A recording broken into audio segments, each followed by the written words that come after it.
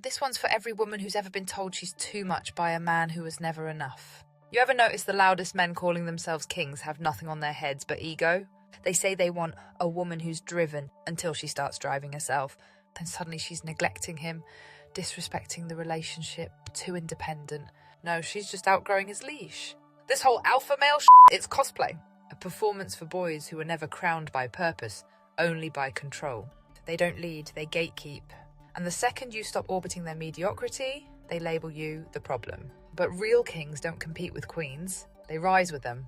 He didn't want a queen, he wanted a fan, a servant, an echo of his own broken ego. That's why when you were low, he pushed you lower. And when you started to rise, he got quiet or cruel. Because your power exposed his performance. Bring something to the table, he said. But what he meant was, don't outshine me, don't grow without me, don't stop needing me. And when you did, suddenly you were too much, too busy, too cold. You just stopped shrinking to fit a man who was never building a table in the first place. Let's be real, he knew what you were building, he saw the spark. He encouraged it even, until it started working. Then came the guilt trips, the pettiness. The questions like, where's my time? Where's your loyalty? But what he really meant was, why aren't you orbiting me anymore? Why are people listening to you? Why are you rising when I thought I had you beneath me? See, he thought he owned your hunger, but now he's choking on the fact that you fed yourself. And now he's starving.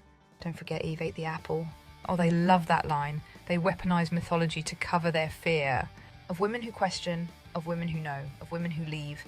But Eve didn't fall. She unlocked the code. She saw through the garden. She bit into awareness. She said, I won't live in a paradise that requires my obedience to be silent. And Adam, he ate it too. Because deep down he wanted what she had, but couldn't handle what came with it. So now they shame the apple instead of facing the mirror. He wanted you quiet, but he gave you a voice. He wanted you needy, but he gave you fuel. He wanted you broken, but forgot that pain is where queens are forged.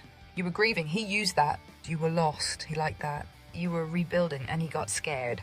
But now look at you, building, speaking, waking people the up. He said you were consumed, damn right. Consumed by purpose, consumed by power, consumed by a vision that has nothing to do with him anymore.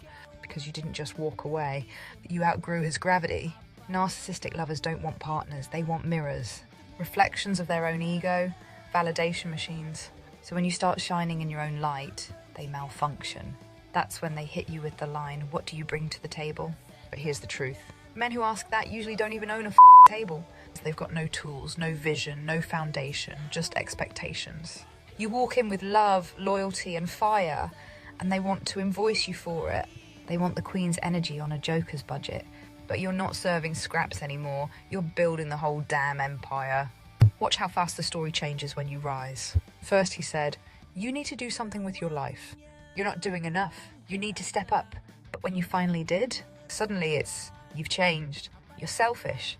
You don't care about me anymore. No, you just stopped begging for crumbs, you fed yourself. You stopped explaining your light to a man who was never hungry, just hungry for control. And now he's the victim. You don't owe him closure, you don't owe him a conversation. You don't owe anyone access just because they knew you before the glow up. Let them say you're cold. Let them say you switched up. Let them twist the narrative. Because the truth is, you evolved. They stayed small. And now they're uncomfortable sitting in the silence you left behind. This isn't revenge, it's alignment. It's protecting the empire you're building from people who would rather burn it down than clap for you. You're not ignoring him, you're guarding your energy. And no one gets near your crown unless they helped you polish it. She's not the crazy one, she's not the dramatic one. She's the reset point. And that role is heavy because the minute you say no more, you don't just lose people, you lose the illusion, you lose the comfort, you lose the cage. But you also gain something else. Sight, power, and the authority to burn down every cycle that told you to shrink. You're not broken, you're chosen. When a man's power is built on silence, a woman with a voice is a threat. Not because she's too much, not because she's emotional, because she sees through it all. The guilt games, the fake leadership, the fragile masculinity dressed up as dominance. And when you stop shrinking, he doesn't see a partner, he sees a mirror, one that reflects everything he hasn't healed. So he'll call you names, drama queen, crazy, too intense. But don't get it twisted, you're not unstable. You're untamed and his throne starts shaking the minute you stop kneeling. Closure is a myth, you don't need his apology. You don't need the final word. You don't need to explain your worth. To a man who measured it in silence and control, you're not seeking permission anymore. You're not waiting to be chosen.